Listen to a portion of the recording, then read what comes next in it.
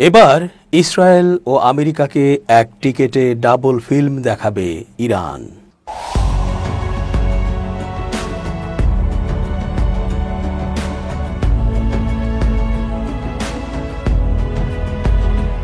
আসসালামু আলাইকুম প্রিয় দর্শক, আমন্ত্রণ আজকের আলোচনায়। চেঞ্জ টিভির আন্তর্জাতিক চোখ অনুষ্ঠানে এস জে রতন স্বাগত জানাচ্ছি। বারবার হাজারবার জাহাজ আটক ও অধিকার কর্মীদের গ্রেপ্তার সত্ত্বেও সুমুদ ফ্লোটিলা যেমন একের পর এক তাদের যাত্রা অব্যাহত রাখবে, একইভাবে ইরানও তাদের যুদ্ধংদেহী অবস্থা বজায় রাখবে ওই বর্বর ইসরায়েল ও আমেরিকার বিরুদ্ধে। যে কোনো মুহূর্তে তাদেরকে নাস্তানাবুদ করার জন্য ইরান সদা প্রস্তুত। ইরান এরই মধ্যে উন্নত সব অস্ত্র বিশ্ববাসীকে প্রদর্শন করেছে, সক্ষমতার পরীক্ষাও চালিয়েছে। কেউ এগিয়ে আসুক আর নাই বা আসুক, ইরানের এক টিকেটে ডাবল ফিল্ম দেখানোর প্রস্তুতি এখন দিবালোকের মতো সত্য। ব্যাপারটা এমন, এক ট্রিগারেই কুপকাত হবে ইসরায়েল ও আমেরিকা। প্রশ্ন উঠছে বিশ্লেষক মহলে, ইরানের হাতে কি ইসরায়েলের বহু গুরুত্বপূর্ণ নথি চলে আসায় সমুদ্র পথেই শুরু হতে পারে ইরান ইসরায়েলের নতুন কোনো সংঘাত? ইসরায়েলি নথি হাতে আসার পর থেকেই ইরানের নৌবাহিনী যেন আরও তৎপর, এমনটা সচরাচর দেখা যায় না। কিন্তু কেন? পারস্য উপসাগরের নীল জলে নেমে এসেছে এক নিঃশব্দ সতর্কতা। দূর থেকে শান্ত দেখালেও যেন প্রতিটি ঢেউ বলছে, এখানে ভুল করলে তার মাসুল হবে ভয়ঙ্কর। আর এই সতর্কতার পেছনে আছে ইরানের এক দৃঢ় কণ্ঠ। ইসলামিক রেভলিউশনারি গার্ড কর্পস অর্থাৎ IRGCর প্রধান মেজর জেনারেল মোহাম্মদ পাকপুর। তিনি স্পষ্ট ভাষায় বলেছেন, শত্রু যদি সমুদ্রে কোনো ভুল পদক্ষেপ নেয় তাহলে তার প্রতিক্রিয়া হবে কঠিন, দ্রুত আর অনিবার্য। পারস্য উপসাগরের প্রতিটি দ্বীপ প্রতিরোধের দুর্গ।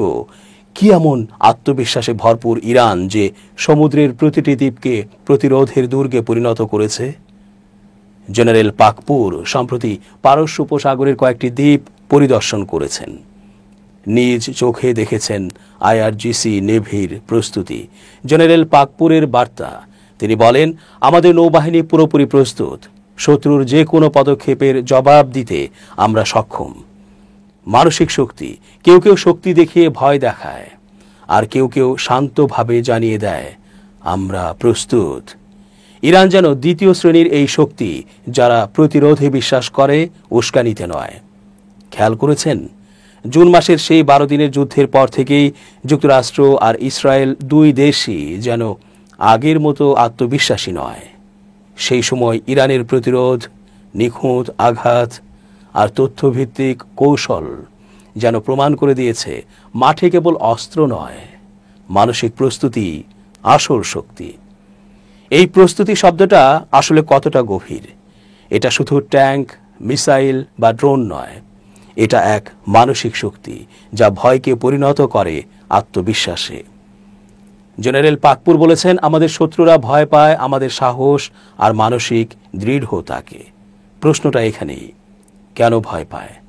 কারণ তেহরান কখনো প্রথমে হামলা করে না, কিন্তু প্রতিক্রিয়া দিলে তা হয়ে ওঠে ইতিহাসের অংশ। পারস্য উপসাগরের দিকে তাকালে বোঝা যায়, এখন আর এটি শুধু তেল বা বাণিজ্যের জলপথ নয়, এটি এক নতুন ভূ রাজনৈতিক ভারসাম্যের কেন্দ্র। এখানে যে শক্তি স্থির, যে জাতি প্রস্তুত, সেই টিকবে। আর ইরান সেটি প্রমাণ করেছে বারবার। যদি আবার উত্তেজনা বাড়ে, যদি কোনো জাহাজ ভুলবশত ইরানের জলসীমায় ঢুকে পড়ে, তাহলে কি ঘটবে? উত্তর হয়তো সহজ, IRGC নেভি প্রস্তুত। ইরান আজ যেন বলছে বিশ্বের কাছে, আমরা যুদ্ধ চাই না, কিন্তু হুমকির মুখে নীরব থাকাও শিখিনি। এই নীতি, এই ভারসাম্য, এটাই এক আধুনিক শক্তিশালী রাষ্ট্রের পরিচয়।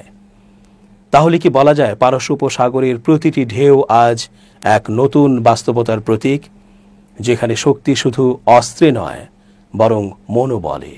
যে জাতি নিজের সমুদ্র সীমা রক্ষাকে বিশ্বাসের জায়গায় পরিণত করেছে, সে জাতি কি সহজে হার মানবে? ইরান আজ শুধু প্রস্তুত নয়, আত্মবিশ্বাসীও। আর যখন এক জাতি আত্মবিশ্বাসী হয়, তখন তার প্রতিটি তরঙ্গই হয়ে ওঠে প্রতিরোধের প্রতিধ্বনি। বিশেষজ্ঞদের মনে প্রশ্ন আরও উঠছে, ইরানের হাতে কি সত্যি চলে আসছে পরমাণুবাহী অস্ত্র? এই প্রশ্নটি হঠাৎ করেই বিশ্বজুড়ে আলোচনার কেন্দ্রে চলে এসেছে। ইসরায়েলের প্রধানমন্ত্রী বেনিয়ামিন নেতানিয়াহু শঙ্কা প্রকাশ করে জানিয়েছেন যে ইরান তৈরি করছে পারমাণবিক ক্ষেপণাস্ত্র, যা যুক্তরাষ্ট্রেও আঘাত হানতে সক্ষম। নেতানিয়াহুর এই শঙ্কা ইসরায়েলের জন্য বাস্তব হুমকি নাকি এটি রাজনৈতিক নাটক, এই প্রশ্ন এখন তীব্রভাবে উত্থাপিত হচ্ছে। তবে কি ইরানের শক্তি মুসলিম বিশ্বের আশার প্রতীক হয়ে উঠছে? আন্তঃমহাদেশীয় ক্ষেপণাস্ত্র ICBM নিয়ে শঙ্কা, নেতানিয়াহুর এই বক্তব্য ইরানের সামরিক সক্ষমতা নিয়ে তৈরি হওয়া পূর্বের গুঞ্জনকে আরও স্পষ্ট করেছে। সম্প্রতি ইরানের পার্লামেন্ট সদস্য মহসেন জাঙ্গানেহ দাবি করেছিলেন যে ইরান পরীক্ষা চালিয়েছে আন্তঃমহাদেশীয় ব্যালিস্টিক ক্ষেপণাস্ত্র বা ICBM। নেতানিয়াহুর কণ্ঠেও এই একই সুর ধ্বনিত হচ্ছে, যদিও সেই সুরের বেশিরভাগ অংশেই ভয় ও শঙ্কা জড়িত। যুক্তরাষ্ট্রে আঘাত হানার জন্য ইরান তৈরি করছে পারমাণবিক ক্ষেপণাস্ত্র, এমন হুঁশিয়ারি দিয়ে ইসরায়েলি প্রধানমন্ত্রী নেতানিয়াহু বলেন, ইরান যে কোনো মার্কিন শহরকে ব্ল্যাকমেইল করতে পারে। টার্গেটেড শহর? নেতানিয়াহু বলেন, ইরান 11,000 কিলোমিটার জুড়ে হামলা চালানোর জন্য আন্তঃমহাদেশীয় ক্ষেপণাস্ত্র তৈরি করছে, যা যুক্তরাষ্ট্রের উপকূলেও পৌঁছাতে পারবে। তিনি আরও বলেন, ICBM দিয়ে Iran new York, Boston, Washington অথবা মিয়ামিতেও হামলা চালাতে পারে। তিনি এটিকে সত্যি একটা বড় বিপদ বলে আখ্যা দেন। 7 অক্টোবর এক প্রতিবেদনে ইসরায়েলের সংবাদ মাধ্যম দ্য জেরুজালেম পোস্ট বিষয়টি নিশ্চিত করেছে। ইরানের ক্ষেপণাস্ত্র সক্ষমতা বৃদ্ধির ক্ষেত্রে আবারও প্রশ্ন হল, ইরানের হাতে কি সত্যি চলে এসেছে পরমাণুবাহী ক্ষেপণাস্ত্র? ইরানের সর্বোচ্চ ধর্মীয় নেতা আয়াতুল্লাহ আলী খামেনি বারবার দাবি করেছেন, ইউরেনিয়াম ব্যবহার করে পারমাণবিক অস্ত্র তৈরির কোনো উদ্দেশ্য নেই তাদের। তবে ক্ষেপণাস্ত্র প্রযুক্তিকে আরও আধুনিকায়নের দিকে মনোযোগ দেবে তেহরান। সামরিক ঘোষণা। সম্প্রতি ইরানের সর্বোচ্চ প্রতিরক্ষা বাহিনী IRGCর খাতাম আল আম্বিয়া কেন্দ্রীয় সামরিক সদর দপ্তরের ডেপুটি ইন্সপেক্টর মোহাম্মদ জাফর আসাদি বলেন, আমরা প্রয়োজন অনুযায়ী ক্ষেপণাস্ত্রের পাল্লার সক্ষমতা বৃদ্ধি করব। তার মন্তব্য থেকে একটি বিষয় পরিষ্কার, ইরানের সামরিক বহরে থাকা মিসাইলগুলোর হামলার ক্ষমতা বৃদ্ধি করতে যাচ্ছে তেহরান। বর্তমানে এই মিসাইলগুলো সর্বোচ্চ 2000 কিলোমিটারের মধ্যে থাকা শত্রুপক্ষের লক্ষ্যবস্তুতে হামলা চালাতে সক্ষম। তাহলে ইরানের সম্ভাব্য হামলা ঠেকাতে কি করছে ইসরায়েল? যুক্তরাষ্ট্রের সাথে প্রতিরক্ষা চুক্তি রয়েছে ইসরায়েলের। নেতানিয়াহু দাবি করেন, মার্কিন প্রশাসনের সাহায্যে ইহুদিবাদীরা এমন একটি অস্ত্র তৈরি করছে যা কোনো পরাশক্তির কাছে নেই। সেই বিষয়টি তুলে ধরে নেতানিয়াহু বলেন, পৃথিবীর সবচেয়ে উন্নত অস্ত্র তৈরি করছি আমরা। যদিও ইসরায়েলের কাছে পারমাণবিক অস্ত্র থাকার অভিযোগ করেছে আন্তর্জাতিক বিভিন্ন সংস্থা, তবে এই বিষয়টি আজও স্বীকার কিংবা প্রত্যাখ্যান করেনি নেতানিয়াহু সরকার। ইসলামী প্রজাতন্ত্র ইরানের নৌবাহিনী আগামী কয়েক মাসের মধ্যে কাস্পিয়ান সাগরে নতুন কৌশলগত নৌ মহড়ার আয়োজন করতে যাচ্ছে। সোমবার রাশিয়ার সেন্ট পিটার্সবার্গে ইরানের নৌবাহিনীর প্রধান রিয়ার অ্যাডমিরাল শাহরম ইরানি এই ঘোষণা দেন। ইরানি নৌবাহিনীর প্রধান জানান, আমাদের সামনে একটি যৌথ নৌ মহড়া রয়েছে যা শিগগিরই অনুষ্ঠিত হবে। ইরানি নৌবাহিনী কাস্পিয়ান সাগরে তাদের উপস্থিতি জোরদার করতে গত 2 দশক ধরে নানা উদ্যোগ নিচ্ছে। 2000 সালের গোড়ার দিকে ইরান প্রথমবারের মতো এই সাগরে টহল জাহাজ মোতায়েন করে। ইরানের সাবেক নৌবাহিনী প্রধান ও বর্তমান সশস্ত্র বাহিনীর উপ সমন্বয়কারী অ্যাডমিরাল হাবিবুল্লাহ সাইয়ারি অতীত স্মরণ করে বলেন, 1999 সালে ইরানের সর্বোচ্চ নেতার নির্দেশে আমাদের নৌবাহিনীতে ক্ষেপণাস্ত্র সজ্জিত জাহাজ নির্মাণের সূচনা হয়। সেই ধারাবাহিকতায় 2003 সালে ইরানের প্রথম ক্ষেপণাস্ত্র নৌযান পেইকার নর্দার্ন ফ্লিটে যোগ দেয়। এটি নৌ শহরে নির্মিত হয় এবং অল্প সময়ের মধ্যেই কার্যক্রমে অংশ নেয়। গত 2 দশকে ইরান তাদের নৌ সক্ষমতা শুধু দক্ষিণাঞ্চল, পারস্য উপসাগর ও আন্তর্জাতিক জলসীমায় নয়, বরং উত্তর দিকে কাস্পিয়ান সাগরেও ব্যাপকভাবে বিস্তার করেছে।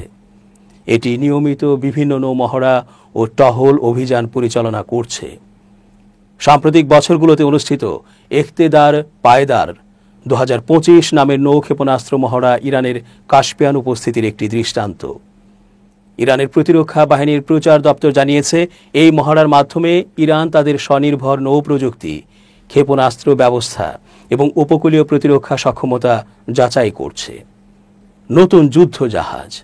কাস্পিয়ান অঞ্চলে ইরানের কার্যক্রম শুধুমাত্র সামরিক মহড়ায় সীমাবদ্ধ নয়। সাম্প্রতিক সময়ে নতুন যুদ্ধ জাহাজ দেইলামান ফ্লিটে যুক্ত হওয়ায় তেহরানের উপস্থিতি আরও দৃঢ় হয়েছে। ইরান, রাশিয়া ও অন্যান্য প্রতিবেশী দেশগুলোর সঙ্গে যৌথ মহড়া আয়োজনের মাধ্যমে আঞ্চলিক সহযোগিতা বাড়াচ্ছে। রিয়ার অ্যাডমিরাল শাহরম ইরানি রবিবার রাতে রাশিয়ার সেন্ট পিটার্সবার্গে পৌঁছান। সেখানে তাকে স্বাগত জানান রাশিয়ায় নিযুক্ত ইরানের রাষ্ট্রদূত কাদিয়াম জালালি এবং রুশ নৌবাহিনীর উপপ্রধান ভাইস অ্যাডমিরাল ভ্লাদিমির জেমোসক। ইরানি নৌপ্রধান এ সফরে কাস্পিয়ান সাগর উপকূলবর্তী দেশগুলোর নৌবাহিনীর প্রধানদের সম্মেলনে অংশ নেবেন। এছাড়া তিনি রুশ নৌবাহিনীর প্রধানদের সঙ্গে দ্বিপাক্ষিক বৈঠক, আজারবাইজান ও কাজাখস্তানের নৌ কর্মকর্তাদের সঙ্গে আলোচনা এবং গালফ অফ ফিনল্যান্ডে অবস্থিত কয়েকটি নৌ ঘাঁটি পরিদর্শন করবেন বলে জানা গেছে। বিশ্লেষকরা বলছেন, কাস্পিয়ান সাগর ঐতিহাসিকভাবে রাশিয়া, ইরান, আজারবাইজান, কাজাখস্তান ও তুর্কমেনিস্তানের জন্য গুরুত্বপূর্ণ ভূ রাজনৈতিক এলাকা। সাগরটি তেল, গ্যাস ও সামুদ্রিক সম্পদে সমৃদ্ধ হওয়ায় এখানকার নৌ উপস্থিতি কৌশলগতভাবে গুরুত্ব বহন করে। ইরানের নতুন মহড়া সেই উপস্থিতি আরও জোরদার করার ইঙ্গিত দিচ্ছে। ইরানের সাম্প্রতিক নৌ উদ্যোগকে অনেকেই একটি বৃহত্তর আঞ্চলিক ভারসাম্যের অংশ হিসেবে দেখছেন। রাশিয়ার সঙ্গে সম্পর্ক মজবুত করার পাশাপাশি ইরান কাস্পিয়ান অঞ্চলে নিজেদের প্রযুক্তিগত ও প্রতিরক্ষাগত ক্ষমতা প্রদর্শন করছে। এক কূটনৈতিক বিশ্লেষক মন্তব্য করেছেন, ইরানের এই নৌমহড়া শুধুমাত্র সামরিক কৌশলের অংশ নয়, এটি একটি রাজনৈতিক বার্তাও। ইরান কাস্পিয়ান সাগরে তার স্বার্থ রক্ষায় সর্বদা প্রস্তুত। কাস্পিয়ান সাগরে নৌবহরের নতুন জাহাজ সংযোজন, নৌমহড়া এবং প্রযুক্তিগত সহযোগিতা ইঙ্গিত দিচ্ছে যে 2025 সালের শেষ নাগাদ ইরান এই অঞ্চলে তার অন্যতম শক্তিশালী নৌ উপস্থিতি গড়ে তুলতে যাচ্ছে। দর্শক, আজ এই পর্যন্তই। ধন্যবাদ। change tv.press, এক ফোঁটা হলুদ নেই।